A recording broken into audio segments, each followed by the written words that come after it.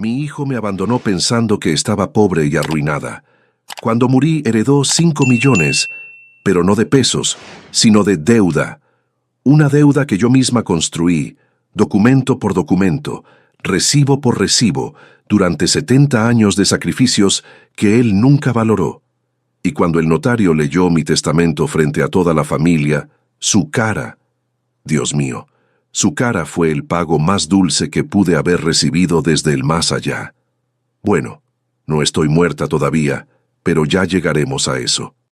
Pero antes de entrar en la historia, apóyame dándole like y suscribiéndote ahora mismo. También quiero saludarlos. Déjame en los comentarios tu nombre, tu ciudad e ideas para próximas historias. Gracias. Me llamo Beatriz Solano, tengo 70 años, y durante toda mi vida construí un imperio desde cero en Monterrey. Cuando digo imperio no exagero. 3 ferreterías prósperas en diferentes zonas de la ciudad, 2 edificios de departamentos en renta y una cuenta bancaria que superaba los 8 millones de pesos. Todo conseguido con mis propias manos, con el sudor de décadas trabajando desde que enviudé a los 35 años. Mi esposo Armando murió en un accidente cuando nuestro hijo Rodrigo apenas tenía 5 años. Me dejó con una deuda del negocio que él había iniciado, un niño que criar y una ciudad que no tenía piedad de las viudas. Pero yo no me rendí. Trabajé doble turno, triple turno. Convertí esa ferretería quebrada en un negocio rentable. Luego abrí la segunda, después la tercera. Invertí en bienes raíces cuando todos decían que era una locura. Y durante todo ese tiempo, Rodrigo fue mi razón de vivir. Mi único hijo, el heredero de todo mi esfuerzo. Le di la mejor educación privada, universidad en el Tecnológico de Monterrey, un carro nuevo cuando cumplió 18, un departamento cuando se casó. Pagué su boda completa, una fiesta de 300 personas en el hotel más elegante de San Pedro Garza García. Nunca le faltó nada. Cuando cumplí 68 años, Rodrigo ya tenía 38 y estaba casado con Fernanda, una mujer de familia acomodada que siempre me vio como algo inferior. Para ella yo era la suegra ferretera, la mujer que olía a pintura y cemento, que tenía las manos ásperas de tanto trabajar. Nunca le importó que mis manos ásperas hubieran pagado el anillo de compromiso que ella lucía con tanto orgullo. Tenían 2 hijos, mis nietos Santiago y Emilia, de 12 y 10 años, niños hermosos a los que yo adoraba, aunque casi nunca me dejaban verlos. Siempre había una excusa, que tenían actividades, que estaban muy ocupados que otro día. Pero cuando necesitaban dinero para la colegiatura del colegio privado, para las vacaciones en Cancún, para el carro nuevo de Fernanda, ahí sí mi teléfono sonaba, y yo pagaba. Siempre pagaba, porque era mi hijo, mi única familia. Todo cambió hace 6 meses, el día que decidí hacer la prueba que me revelaría quién era realmente mi hijo. Fue un martes por la tarde cuando Rodrigo llegó a mi casa de Las Lomas, la residencia que había comprado hace 15 años, mi refugio y mi orgullo. Entró sin tocar el timbre, como siempre hacía, con esa actitud de dueño que me molestaba, pero que yo toleraba porque era mi sangre. «Mamá, necesito hablar contigo», dijo sin siquiera saludarme, sin preguntarme cómo estaba. Se dejó caer en el sillón de la sala como si le pesara el mundo entero. «¿Qué pasó, hijo?», pregunté dejando el libro que estaba leyendo. «Tengo una oportunidad de negocio increíble. Un amigo está vendiendo una franquicia de gimnasios, es una inversión segura, pero necesito 800,000 pesos. Tú tienes ese dinero guardado sin hacer nada, mamá. Es para tu nieto, para el futuro de tu familia». Siempre era lo mismo. Siempre necesito. Nunca, «¿Cómo estás, mamá?». Nunca, «¿Te puedo ayudar en algo?». Pero esa vez, algo dentro de mí hizo clic. Quizá fue el tono exigente. Quizá fue ver cómo ni siquiera fingía interés en mi vida. Quizá fueron los 70 años de cansancio acumulados en mi alma. «No tengo ese dinero, Rodrigo», mentí mirándolo directo a los ojos. Su expresión cambió inmediatamente. De la súplica pasó a la confusión, y luego a algo que me heló la sangre. Molestia. «¿Cómo que no, mamá? Tienes 3 negocios, rentas, propiedades». Tuve que vender 2 ferreterías. Hubo problemas con Hacienda, multas, deudas fiscales. Perdí mucho dinero. Seguí mintiendo, observando cada microexpresión en su rostro. Y ahí estaba. No vi preocupación por mí, no vi «Mamá, ¿estás bien?», no vi «¿En qué te puedo ayudar?». Vi pánico. Pánico porque su fuente de dinero se estaba secando. ¿Y los departamentos?, preguntó con voz tensa. Tuve que hipotecarlos para pagar las deudas. Rodrigo, estoy en una situación difícil. Mi hijo se levantó del sillón como si lo hubieran quemado. Caminó de un lado a otro de la sala, pasándose las manos por el cabello, respirando agitado. Pero no por mí. No porque su madre estuviera en problemas. Esto es un desastre», murmuró. «¿Qué voy a hacer ahora?». Esas palabras fueron como un cuchillo en mi corazón. ¿Qué voy a hacer yo? No, ¿qué vamos a hacer? No, cuenta conmigo, mamá. Sino, ¿qué voy a hacer yo? Esa noche, cuando Rodrigo se fue sin siquiera despedirse, me senté en mi estudio y lloré por primera vez en muchos años. Lloré por la ilusión rota, por el hijo que creí haber criado y que resultó ser un extraño. Pero después de llorar hice algo más productivo. Llamé a mi abogado Ricardo Santibáñez, el mejor especialista en derecho familiar de Monterrey, y le dije exactamente lo que necesitaba hacer. Lo que mi hijo no sabía era que yo acababa de iniciar el plan más elaborado de mi vida. Un plan que le enseñaría el verdadero valor del dinero, del sacrificio y, sobre todo, del amor de madre que él había despreciado durante tanto tiempo. Para entender por qué tomé la decisión que tomé, necesito llevarlos atrás en el tiempo. Necesito que conozcan a la Beatriz de hace 35 años, la viuda de 35 con un niño de 5 años y un mundo que se le caía encima. Armando y yo nos casamos enamorados. Él era un soñador, un hombre con 1000 ideas y poca disciplina para ejecutarlas. Abrió una ferretería pequeña en la colonia obrera de Monterrey con un préstamo que nunca debimos haber aceptado. Cuando murió en ese accidente automovilístico en la carretera a Saltillo, me dejó no solo viuda, sino con una deuda de 300,000 pesos que en aquel entonces era una fortuna. Los acreedores no tuvieron piedad. Querían embargar la casa, el negocio, todo. Pero yo tenía un hijo que alimentar, educar, sacar adelante. Así que hice lo que nunca imaginé que podría hacer. Me arremangué y me puse al frente de esa ferretería. Las primeras semanas fueron un infierno. Los proveedores no me respetaban. Me veían como la viudita que no sabía nada de negocios. Los clientes preferían esperar a que atendiera el empleado hombre en lugar de preguntarme a mí. Pero yo estudié cada producto, memoricé cada precio, aprendí de materiales de construcción como si mi vida dependiera de ello. Porque así era. Rodrigo crecía mientras yo trabajaba de sol a sol. Lo dejaba en casa de mi hermana Dolores por las mañanas, lo recogía por las noches. Los fines de semana él venía conmigo a la ferretería y hacía las tareas en la pequeña oficina trasera mientras yo atendía clientes. «Mamá, ¿cuándo vamos a tener una casa bonita como la de mis amigos?», me preguntó una vez cuando tenía 8 años. «Pronto, mi amor. Mamá está trabajando para eso», le prometí, acariciando su cabello. Y cumplí. Cuando Rodrigo tenía 12 años, ya había pagado toda la deuda de su padre y la ferretería daba ganancias. Abrí la segunda sucursal en la colonia Mitras. Cuando tenía 15 compré nuestra primera casa propia, nada lujosa pero nuestra. Cuando tenía 18, inauguré la tercera ferretería en San Nicolás de los Garza. Amigos, cada historia que les cuento sale todos los días, pero YouTube solo se las mostrará si tocan el botón rojo de suscribirse. Toquen suscribirse, activen la campanita y nunca se perderán una historia. Gracias. Durante todo ese tiempo, guardé cada recibo. Cada colegiatura pagada, cada uniforme escolar, cada libro, cada excursión, cada regalo de cumpleaños. Al principio lo hacía solo por orden, por ser meticulosa con mis finanzas.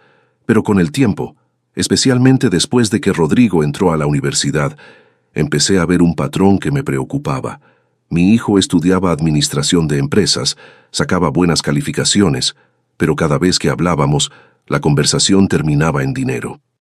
¿Qué necesitaba para un proyecto? Que sus amigos salían a lugares caros y él no quería quedar mal, que todos tenían mejor ropa de marca. Nunca era suficiente. «Rodrigo, el dinero no crece en los árboles», le decía. «Lo sé, mamá, pero tú tienes negocios prósperos, No entiendo por qué tengo que vivir como pobre. Esas palabras me dolían, pero yo las justificaba pensando que era joven, inmaduro, que con el tiempo aprendería, que cuando tuviera que trabajar, valoraría lo que yo hacía por él. Se graduó con honores del TEC. Yo pagué una fiesta de graduación para 100 personas. Le regalé un carro nuevo, un Jetta plateado que él presumía con sus amigos. Le conseguí un puesto gerencial en una empresa de materiales de construcción, usando mis contactos en el sector. Buen sueldo, prestaciones, oportunidad de crecer, pero no le bastó. A los 6 meses renunció porque el jefe no lo valoraba. Después probó con otro trabajo, y otro, y otro. Siempre había una excusa, que el horario, que el salario, que el ambiente laboral. En realidad lo que pasaba era que Rodrigo había crecido acostumbrado a que mamá resolviera todo, a que el dinero llegara sin esfuerzo. Cuando cumplió 28 años, conoció a Fernanda en una boda. Ella venía de familia de abolengos de San Pedro, con apellido importante pero fortuna menguada. Se enamoraron, o eso creí entonces. Ahora pienso que Fernanda vio en Rodrigo lo mismo que Rodrigo veía en mí. Una fuente de recursos. La boda costó 400,000 pesos. Yo pagué hasta el último centavo. El vestido de novia importado de 80,000 pesos, lo pagué. La luna de miel en Europa de un mes, la pagué. El enganche del departamento en una zona exclusiva de San Pedro, lo pagué. Mamá, te lo pagaremos todo cuando nos establezcamos, prometió Rodrigo. Nunca vi un solo peso de vuelta. Fernanda nunca trabajó. Decía que venía de familia donde las mujeres no necesitaban trabajar, que ella se dedicaría a ser ama de casa y madre. Pero tampoco hacía mucho de eso, porque tenía empleada doméstica de tiempo completo, también pagada con préstamos míos que nunca se devolvían. Nacieron los niños. Santiago primero, Emilia 2 años después. Yo los adoraba, era mi debilidad. Cada vez que los veía, les llevaba regalos, les daba dinero. Quería que me quisieran, que tuvieran buenos recuerdos de su abuela. Pero Fernanda ponía trabas. Siempre había una razón por la que no podía visitarlos, que estaban cansados, que tenían tarea, que iban a salir.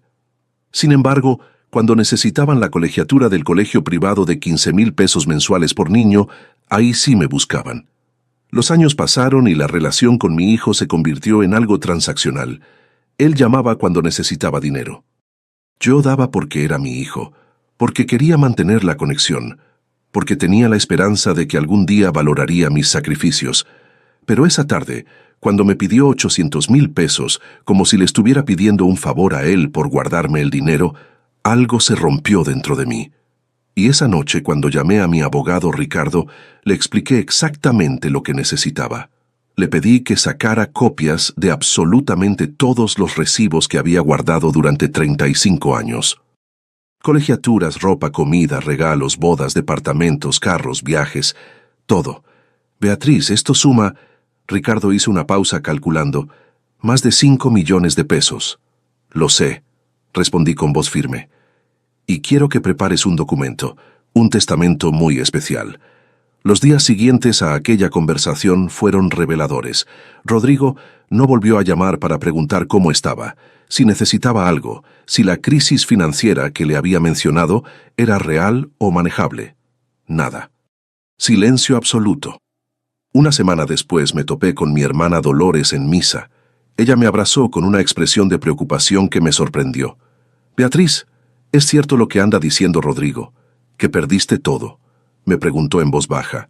Así que ya estaba regando el rumor. Mi propio hijo contándole a la familia que su madre estaba arruinada. Pero no para pedir ayuda para mí, no. Lo supe cuando Dolores continuó. Dice que está muy preocupado, que no sabe cómo va a mantener a su familia ahora que tú ya no puedes apoyarlos. Apoyarlos. Como si durante 38 años yo hubiera sido su empleada, no su madre. Las cosas están complicadas, mentía mi hermana manteniendo el teatro. Pero saldré adelante, siempre lo he hecho. Pobre de ti, Beatriz, después de todo lo que trabajaste. Esa noche, Fernanda me llamó. Era la primera vez que ella me llamaba directamente en meses. «Beatriz, Rodrigo me contó de tu situación», dijo con un tono que pretendía ser comprensivo pero sonaba ensayado. Mira, entendemos que ya no puedes ayudarnos económicamente. Es difícil para todos, pero bueno, así es la vida. Agradezco tu comprensión, respondí mordiendo cada palabra. Lo que sí te pedimos es que entiendas que nosotros también tenemos que cuidar a nuestros hijos. No podemos estar manteniendo más gastos, ¿sabes? Así que probablemente vamos a espaciar un poco las visitas. No queremos que los niños te vean en esta situación. Podría afectarlos emocionalmente. Ahí estaba, el verdadero mensaje. Ahora que pensaban que no tenía dinero, incluso mis nietos me eran arrebatados. No porque estuviera enferma, no porque fuera mala influencia, sino porque era pobre, o eso creían. Entiendo perfectamente, dije con calma. Cuiden mucho a Santiago y Emilia. Colgué el teléfono y me permití sentir toda la rabia, toda la decepción. Luego la canalizó en acción. Durante las siguientes semanas continué con mi plan. Vendí una de las ferreterías, pero no por necesidad, sino porque quería liquidez. El comprador pagó 2.5 millones de pesos en efectivo. Ese dinero lo transferí a una cuenta en el extranjero, completamente legal, completamente rastreable si alguien se tomaba la molestia de buscar, pero nadie buscaría porque todos creían que estaba quebrada. Dejé de arreglarme como antes. Empecé a usar ropa más vieja, descuidé mi cabello, fingí cansancio y problemas de salud cuando salía. Una vez me encontré a Rodrigo y Fernanda en Plaza Fiesta San Agustín. Ellos venían cargados de bolsas de tiendas caras. Yo llevaba un suéter gastado y bolsas del mercado. La cara de vergüenza de Rodrigo cuando me vio fue perfecta. No se acercó. Desvió la mirada y apuró el paso, jalando a Fernanda del brazo. Mi propio hijo fingió no verme para no tener que saludarme frente a su esposa elegante. Esa humillación pública, aunque orquestada por mí misma, dolió de verdad. Pasaron 2 meses. Navidad llegó. Antes, yo organizaba la cena navideña en mi casa, invitaba a toda la familia, cocinaba durante días, regalaba sobres con dinero a cada sobrino. Esa Navidad nadie me llamó, nadie me invitó. Pasé la Nochebuena sola en mi casa, comiendo tamales que compré en la esquina, viendo películas viejas. Mi teléfono sonó solo una vez. Era un mensaje de Rodrigo. «Feliz Navidad, mamá. Espero que estés bien. Nosotros estamos cenando en casa de los papás de Fernanda. Ni siquiera una llamada. Un mensaje frío, distante, cumpliendo el mínimo requisito de hijo». Respondí, «Feliz Navidad, hijo. Que la pasen hermoso». No mencionó si quería verme. No preguntó si estaba sola. No ofreció venir aunque fuera un rato. En Año Nuevo pasó lo mismo. Silencio. Abandono absoluto. Fue en febrero cuando la situación alcanzó un nuevo nivel. Necesitaba una cirugía menor, una operación de cataratas en el ojo izquierdo que venía postergando. Le mandé mensaje a Rodrigo explicándole que estaría en el hospital, que el procedimiento era sencillo, pero requería anestesia, que estaría en observación un día. Su respuesta llegó 6 horas después. «Suerte, mamá. Ojalá salga todo bien». Eso fue todo. No ofreció acompañarme. No preguntó en qué hospital estaría. No llamó después para saber cómo había salido. Quien me acompañó fue mi hermana Dolores, quien estuvo conmigo antes, durante y después de la cirugía. Ella lloró de coraje cuando le conté que Rodrigo sabía y no había venido. «Ese muchacho se va a arrepentir», dijo apretando mi mano. «¿Cómo puede ser tan desagradecido contigo que le diste todo?» «Ya no me dio todo, Dolores», respondí con amargura. «Ahora no tengo dinero para darle». Pero el golpe más duro llegó en marzo, 3 días antes de mi cumpleaños número 70. Estaba en el súper cuando vi a Fernanda con los niños. Santiago y Emilia habían crecido tanto en esos meses sin verlos. Mi corazón dio un salto. «¡Niños!», los llamé, acercándome con sonrisa genuina. Emilia me vio y su carita se iluminó. Corrió hacia mí gritando «¡Abuela!», pero Fernanda la detuvo del brazo bruscamente. «Emilia, no, tenemos prisa», dijo Fernanda sin siquiera mirarme a los ojos. «Pero es la abuela Betty», protestó la niña. «He dicho que no. Vámonos». Se los llevó prácticamente arrastrándolos. Santiago me lanzó una mirada confundida por encima del hombro. Yo me quedé ahí parada en medio del pasillo de cereales, con el carrito de compras a medio llenar, sintiendo cómo se me partía el corazón. Una señora mayor que había presenciado la escena se me acercó. «¿Está bien, señora?» No pude responder. Solo asentí y seguí mi camino, las lágrimas rodando silenciosas por mis mejillas. Esa noche llamé a Ricardo. «Quiero acelerar el plan», le dije. «Quiero que esté todo listo para dentro de un mes, y quiero añadir una cláusula más al testamento». Mi cumpleaños número 70 llegó un miércoles gris de marzo. Llovía en Monterrey, una de esas lluvias persistentes que parecen llorar contigo. Me desperté sola en mi casa grande, esa residencia de las Lomas que había comprado con tanto orgullo y que ahora parecía un mausoleo de sueños rotos. Mi teléfono mostró un mensaje de Rodrigo, enviado a las 7:15 a.m. «Feliz cumpleaños, mamá. Que tengas un buen día». Eso fue todo. Ni una llamada, ni una visita, ni siquiera la intención de verme. Dolores vino por la tarde con un pastelito y nos tomamos un café juntas. Me cantó las mañanitas desafinadas y me regaló una bufanda que ella misma había tejido. Lloró más que yo. «No entiendo cómo puede ser tan cruel», sollozaba mi hermana. «Tú le diste todo, Beatriz. Todo».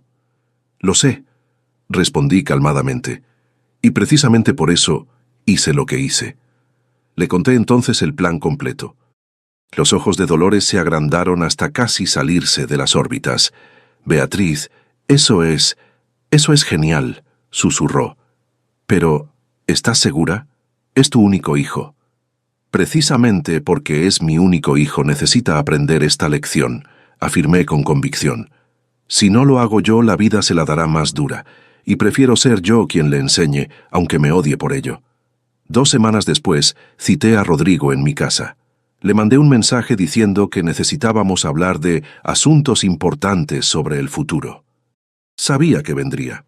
Después de meses de ignorarme, la palabra futuro lo traería corriendo, pensando quizá en alguna herencia anticipada o propiedad que pudiera vender. Llegó puntual, algo inusual en él. Venía solo, sin Fernanda. Se veía incómodo, como si estar en mi casa fuera una obligación desagradable. «Hola, mamá», dijo sin abrazarme, sin besarme la mejilla. «Siéntate, Rodrigo». «¿Quieres café?» «No, gracias. Tengo prisa». «¿De qué querías hablar?» Directo al grano. Ni siquiera fingía interés en cómo estaba. «Quiero hablar de mi testamento», dije lentamente, observando su reacción. Sus ojos brillaron. Ahí estaba. El interés instantáneo. Se acomodó en el sillón, de pronto con toda la atención puesta en mí. «¿Tu testamento? Mamá, no tienes por qué pensar en eso ahora. Estás bien de salud». «Tengo 70 años, Rodrigo. Es momento de poner las cosas en orden», continué. «Tú eres mi único hijo, mi único heredero. Mamá, en serio, no necesitamos hablar de esto». «Sí necesitamos», interrumpí con firmeza. «He estado revisando mis finanzas con mi abogado. Aunque vendí algunos negocios y propiedades, todavía queda algo. Y quiero que sepas que todo será tuyo cuando yo falte». Vi cómo tragaba saliva, cómo sus manos se apretaban sobre sus rodillas. Estaba calculando, imaginando cifras. «Pero hay condiciones», agregué. Su expresión cambió ligeramente. «¿Condiciones?» «Sí. He preparado un documento detallado de todo lo que gasté en ti durante tu vida. Educación, ropa, comida, casa, carro, boda, departamento, todo. Ricardo me ayudó a calcular con documentos y recibos que guardé durante 35 años. «¿Por qué harías eso?», preguntó con desconfianza. «Porque quiero que valores lo que te di. Quiero que entiendas que nada fue gratis, que todo costó sacrificio. El total suma 5.200.000 pesos, ajustados a valor actual». Rodrigo soltó una risa nerviosa. «Mamá, eso es ridículo. Los padres no cobran a los hijos por criarlos». «Tienes razón», asentí. «Los padres que son amados y respetados no lo hacen. Pero yo necesito saber si tú entiendes el valor de lo que recibiste. Si quieren saber cómo termina esta historia y conocer muchas más, denle al botón rojo de suscribirse. Es gratis y me ayuda muchísimo». «Gracias». «¿A dónde quieres llegar?», preguntó con voz tensa. «A que en mi testamento he establecido 2 opciones. Primera opción, heredas todo lo que queda de mi patrimonio, aproximadamente 3 millones de pesos en propiedades y cuentas, pero reconociendo que me debes los 5.2 millones que gasté en ti. Segunda opción, renuncias a la herencia y quedamos a mano. El silencio que siguió fue denso, pesado. Rodrigo me miraba como si me hubiera vuelto loca. Eso no tiene sentido. ¿Me estás diciendo que si heredo, quedo debiendo 2.2 millones? Exactamente, confirmé con calma. Claro que hay una tercera opción. Puedes empezar a pagarme en vida. 1,000 pesos mensuales durante los años que me queden, y ajustamos el testamento conforme vayas abonando. Rodrigo se levantó del sillón como impulsado por un resorte. Esto es una locura. No puedes hacer eso. Claro que puedo, es mi dinero, mi patrimonio. Hago con él lo que quiero. Pero soy tu hijo. Y yo soy tu madre. Respondí con voz quebrada pero firme. La madre que abandonaste cuando pensaste que estaba pobre. La madre que pasó Navidad sola. La madre que salió de una cirugía sin que vinieras a verme. La madre a la que ni siquiera llamaste en su cumpleaños 70. Su cara palideció. Yo estaba ocupado. Durante 6 meses has estado ocupado. Pero cuando necesitabas 800,000 pesos, ahí sí tenías tiempo para venir. No es justo que me reclames eso. ¿No es justo? Mi voz subió de volumen. Sabes que no es justo, Rodrigo. Que tu esposa le prohibiera a mis nietos saludarme en el supermercado. Que fingieras no verme en la plaza. Que me hayas borrado de tu vida en el momento en que pensaste que no tenía nada más que darte. Mamá, yo... Vete, dije firmemente. El testamento está hecho, está notariado. Puedes consultar con tu propio abogado si quieres. Pero esas son las opciones. Aceptar la herencia con la deuda, rechazarla o empezar a pagar. Rodrigo salió de mi casa azotando la puerta. Escuché cómo arrancaba su carro con rabia, las llantas chirriando contra el pavimento mojado. Me quedé sentada en la sala temblando, no de miedo, sino de la adrenalina de haber dado el paso más difícil de mi vida. Ricardo me llamó esa misma noche. Beatriz, acabo de recibir una llamada muy alterada de un abogado que dice representar a tu hijo. Quiere revisar el testamento. Dice que eso no puede ser legal. ¿Y qué le dijiste? Que el testamento es perfectamente legal. Tú tienes derecho absoluto a decidir qué hacer con tu patrimonio y bajo qué condiciones heredarlo. Le mandé copia certificada. Perfecto. Hay algo más que debes saber. Me pidió información sobre tu patrimonio real. Quiere saber si realmente estás en quiebra como dijiste o si fue mentira. Mi corazón latió más rápido. ¿Y tú qué le dijiste? Que esa información es confidencial entre cliente y abogado. Pero Beatriz, si investiga un poco, si revisa registros públicos, eventualmente descubrirá la verdad. Lo sé, respondí. De hecho, cuento con ello. Pasó un mes de silencio absoluto. Un mes en el que Rodrigo no dio señales de vida. No llamó, no escribió, no apareció. Yo continué con mi rutina, manejando discretamente mis negocios desde las sombras, manteniendo la fachada de mujer arruinada. Hasta que una tarde de mayo mi teléfono explotó. Primero fue un mensaje de Rodrigo en mayúsculas. Necesito verte ahora. Es urgente. Luego una llamada que no contesté. Luego otra y otra. Finalmente respondí con un mensaje. Estoy en casa. Puedes venir. Llegó en menos de 20 minutos, lo que significaba que había salido disparado desde su casa en San Pedro. Entró hecho una furia, con papeles arrugados en la mano y el rostro rojo de ira. «¡Me mentiste!», gritó desde la puerta. «Todo fue mentira». «Hola, Rodrigo, pasa, siéntate», dije con calma señalando la sala. «No me voy a sentar. Contraté un investigador privado». Arrojó los papeles sobre la mesa de centro. «Nunca vendiste las ferreterías. Nunca tuviste problemas con Hacienda. Tienes más de 8 millones de pesos en cuentas y propiedades». Lo miré directo a los ojos. «Es correcto», admití sin una pizca de vergüenza. «Es correcto». Su voz casi quebró. «Me hiciste creer durante meses que estabas en la ruina y lo único que dices ¿es correcto?» «Sí, es correcto.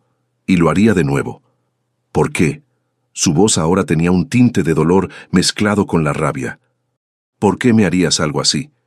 «Siéntate, Rodrigo», repetí esta vez con más firmeza. Algo en mi tono lo hizo obedecer. Se dejó caer en el sillón, respirando agitadamente, mirándome como si no me conociera. Te mentí para saber la verdad, comencé. Para saber quién eras realmente. Para saber si tu amor por mí dependía de mi cuenta bancaria o de nuestro vínculo de sangre. Eso es manipulación. ¿Manipulación? Solté una risa amarga. ¿Y qué ha sido tu comportamiento durante años? ¿Llamarme solo cuando necesitabas dinero? ¿Tratarme como un cajero automático con sentimientos? Yo nunca... Sí lo hiciste, interrumpí. Y la prueba está en lo que pasó estos 6 meses. En el momento en que pensaste que ya no tenía nada que darte, desapareciste.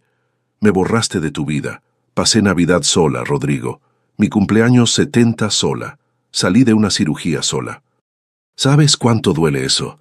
Vi cómo su expresión comenzaba a cambiar, cómo algo de la rabia se transformaba en incomodidad. Estábamos pasando por cosas difíciles.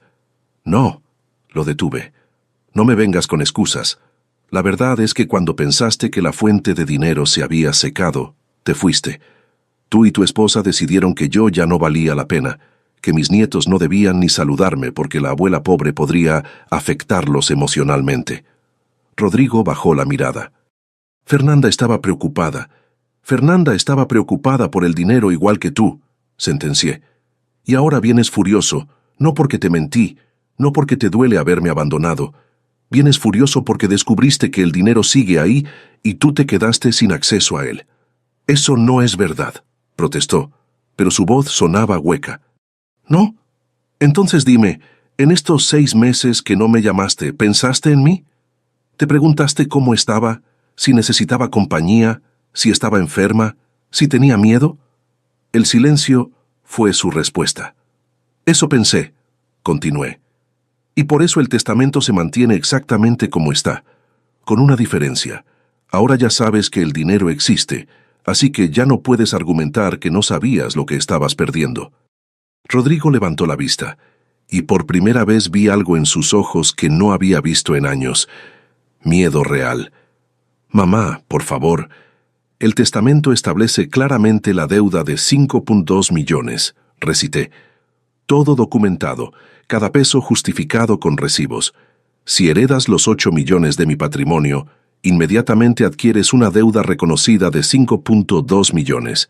Quedarías con 2.8 millones limpios, sí, pero también con el recordatorio eterno de cuánto te di y cuán poco valoraste.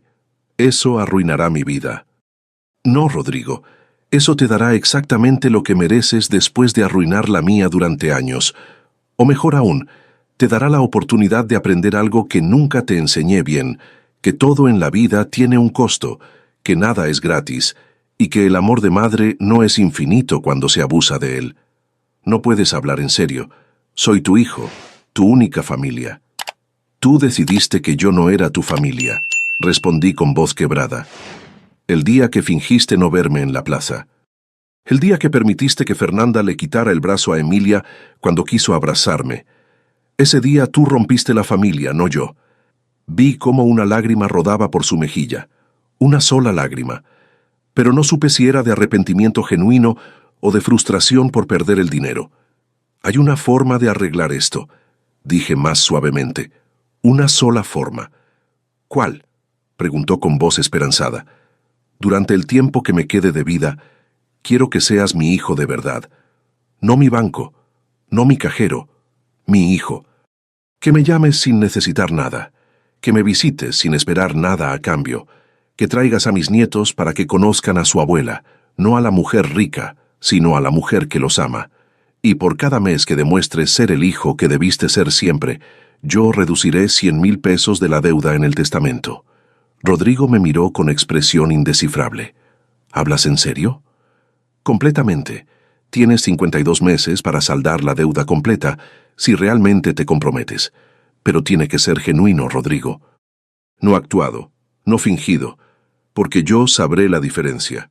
Una madre siempre sabe. Se quedó en silencio largo rato, procesando. Finalmente se levantó. Necesito tiempo para pensar, murmuró. Tómate todo el tiempo que necesites, respondí. Pero el reloj corre. Tengo 70 años. No sé cuántos me queden. Cada mes que desperdicies es un mes menos para recuperar lo que perdiste. Rodrigo caminó hacia la puerta. Antes de salir, se detuvo sin voltear. ¿Realmente me odias tanto? No te odio, hijo, respondí con voz suave. Te amo tanto que estoy dispuesta a ser la villana de tu historia si eso significa que aprendas a ser mejor persona. Porque cuando yo no esté, ese dinero se acabará eventualmente. Pero las lecciones que aprendas, esas te durarán para siempre. Se fue sin decir nada más, y yo me quedé de pie en mi sala vacía, preguntándome si había hecho lo correcto, si mi plan funcionaría, si recuperaría a mi hijo o lo perdería para siempre. Solo el tiempo lo diría. Han pasado 4 meses desde aquella conversación, 4 meses que han sido los más extraños e inesperados de mi vida. La primera semana después de la revelación, Rodrigo no dio señales. La segunda tampoco. Yo me preparé mentalmente para la posibilidad de que eligiera el orgullo sobre la familia, el resentimiento sobre el arrepentimiento. Pero en la tercera semana, un domingo por la mañana, sonó mi timbre. Abrí la puerta y ahí estaba él, solo, sin Fernanda. Sin agenda oculta visible en su rostro. Solo mi hijo, con una bolsa de pan dulce en la mano. ¿Puedo pasar?, preguntó con voz suave. Siempre, respondí, haciéndome a un lado. Desayunamos juntos. Él me contó de su trabajo nuevo, uno que finalmente había conseguido y conservado. Me preguntó de mi salud, de mis ferreterías, de mi vida. Por primera vez en años, conversamos como madre e hijo, no como acreedor y deudor. Desde entonces viene cada domingo. A veces trae a los niños. Santiago y Emilia ahora me visitan, me cuentan de la escuela, se comen mis galletas, se sientan a ver películas viejas conmigo. Fernanda aún no viene, y no sé si algún día lo hará. Pero Rodrigo me dice que ella está procesando todo. No llevo cuenta de los meses. No le recuerdo la deuda. Pero él sabe que está ahí, latente, como recordatorio constante de las consecuencias de sus acciones. Hace 2 semanas me dijo algo que me hizo llorar.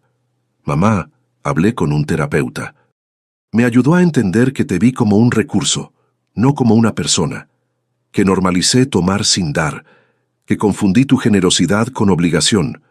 ¿Y ahora?, pregunté. Ahora estoy tratando de ser el hijo que merecías desde siempre.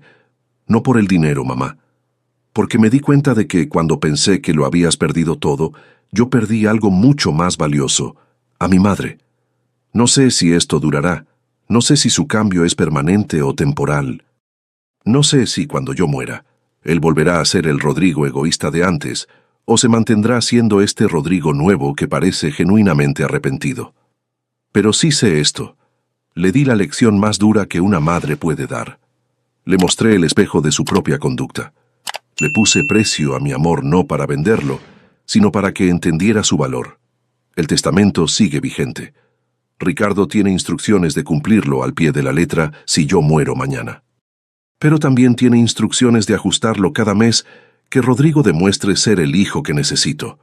Algunos me dirían que fui cruel, que una madre no debería manipular así a un hijo. Pero yo les diría que un hijo tampoco debería abandonar a su madre por dinero y que a veces el amor verdadero requiere lecciones duras. Mi hijo me heredará una deuda. Pero con suerte, también heredará algo más valioso. La comprensión de que las relaciones humanas no se miden en pesos y centavos, sino en tiempo, presencia y amor genuino. Y si logro eso antes de morir, entonces habré dejado una herencia mucho más rica que cualquier suma de dinero. Si te gustó esta historia, haz clic en suscríbete y cuéntame en los comentarios qué parte te impresionó más. ¿El hijo merecía perdón? Dime sí o no abajo. Mañana hay más historias. Nos vemos allí. Esta narrativa tiene como único propósito inspirar reflexión sobre las relaciones familiares, la importancia de la honestidad emocional, el perdón y el valor del tiempo. No debe interpretarse como consejo médico, psicológico o de ningún otro tipo profesional. Si estás enfrentando una enfermedad grave, conflictos familiares o situaciones emocionales difíciles, busca el apoyo de profesionales cualificados como médicos, terapeutas o consejeros. Este contenido es apto para todo público y cumple con las directrices de contenido familiar de YouTube.